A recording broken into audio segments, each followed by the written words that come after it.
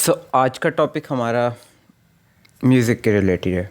हम म्यूज़िक को क्यों परसीव करते हैं और म्यूज़िक का हमारे ऊपर क्या इफ़ेक्ट होता है। म्यूज़िक किसी भी वोकल या इंस्ट्रूमेंटल आवाज़ को कहते हैं जिसको इस तरह कंबाइन किया गया है कि एक ब्यूटीफुल सिम्फनी हमारे पास बनकर है। अब म्यूज़िक की बहुत टाइप होती हैं, कोई इंस्ट्रूमेंटल होता है सिर्फ, कोई वोकल होता है और फिर आगे इसकी फर्दर डिफरेंट टाइप्स होती हैं। म्यूज़िक के इफ़ेक्ट को समझने के लिए मैंने इस टॉपिक को आगे फर्दर 6 पॉइंट्स में डिवाइड किया, जिसके अंदर हमारे पास है first point, why do we listen music. हम म्यूज़िक क्यों सुनते हैं। बहुत इम्पोर्टेंट क्वेश्चन है और काफ़ी डिस्टिंग्विशिंग सा क्वेश्चन है कि भाई हम म्यूज़िक सुनते ही क्यों हैं। आखिर क्या वो ज़रूरत है जो हमें म्यूज़िक सुनने को मजबूर करती है। म्यूज़िक सुनने की एक सबसे बेसिक वजह ये है कि म्यूज़िक हमारे दिमागों को स्टिमुलेट करता है। अब वो हमारे दिमाग को स्टिमुलेट कैसे करता है, क्यों करता है, किस लिए करता है, वो हम आगे जाके पता लगाएंगे।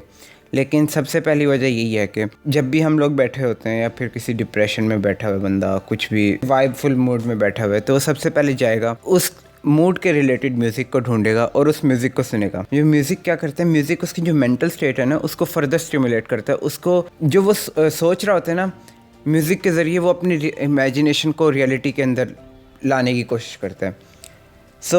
एक पॉइंट तो ये रहा कि म्यूज़िक हम सुनते क्यों हैं। इसका दूसरा पॉइंट ये है कि हम म्यूज़िक को सुनते कैसे हैं, यानी हमारे परसेप्शन ऑफ साउंड होती कैसे। तो as you know we have ears, हमारे पास कान है। अब कान आवाज़ को कैसे सुनते हैं, इर्द गिर्द हवा है। जब भी हवा में कोई वाइब्रेशन पैदा होती है तो वो हमारे ईयर ड्रम्स को वाइब्रेट करती है, जिसकी वजह से हमारे ब्रेन आगे साउंड को फर्दर प्रोसेस करते हैं और ये वाइब्रेशन ही साउंड बनती है। इसी के ज़रिए हम लोग साउंड सुन पाते हैं। थर्ड पॉइंट हमारे पास ये है कि हमारा दिमाग इस म्यूज़िक को प्रोसेस कैसे करता है। अब म्यूज़िक कोई डिफरेंट चीज़ नहीं है, हम जैसे आम तौर पे बातचीत करते हैं वैसे बिल्कुल सेम टू सेम वैसे म्यूज़िक है।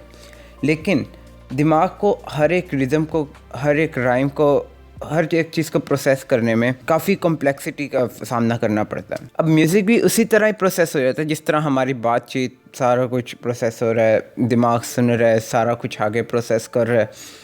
इसमें कोई इतना ख़ास फ़र्क नहीं है, बस फ़र्क ये है कि ये हमारे दिमागों को एक डिफरेंट मैनर में स्टिमुलेट कर रहा है। अब बात ये भी है कि हर एक आवाज़, कोई भी आवाज़ हम जब भी सुनते हैं वो हमारे दिमागों को स्टिमुलेट करती है। कोई मोटिवेशनल स्पीक होगी, बात सुनी, बंदा मोटिवेट हो जाता है कुछ देर के लिए, ये भी एक स्टिमुलेशन ही है।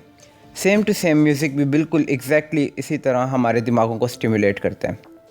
अब ये स्टिमुलेट होता कैसे है, इसको हम समझेंगे पॉइंट नंबर 5 में, जो कि है effect of music on brain. इस पॉइंट को समझने के लिए मैं आप लोगों को एक बात बताता चलूँ कि हमारे दिमाग में न्यूरोट्रांसमीटर्स होते हैं।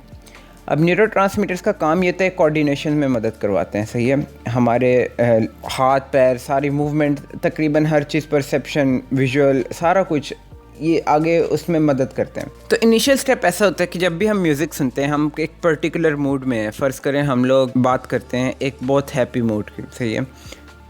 उस हैप्पी मूड को हम एलिवेट करने के लिए हम लोग लगाते हैं एक म्यूज़िक जो कि उसकी वाइब मैच कर रही होती है। अब वो म्यूज़िक क्या करता है, वो म्यूज़िक हमारे दिमाग में डोपामीन का रिलीज़ करवाते हैं। डोपामीन एक न्यूरोट्रांसमीटर है जो कि हैप्पीनेस के वक्त रिलीज़ होता है। डोपामीन के ऊपर हम फिर कभी बात करेंगे।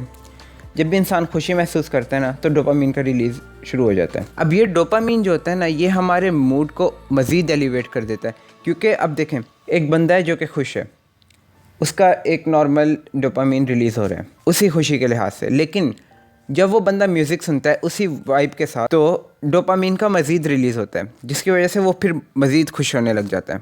तो इस तरह ये सारा कुछ चलता है। अब हम आगे आते हैं कि कुछ साइंसदानों ने एक्सपेरिमेंट किया था कि अगर एक बंदा बार बार एक ही म्यूज़िक को सुनता रहे तो उसके अंदर ये स्टिमुलेशन जो है ना सारी, ये कुछ लफ्ज़ सुनने के बाद ही शुरू हो जाती है।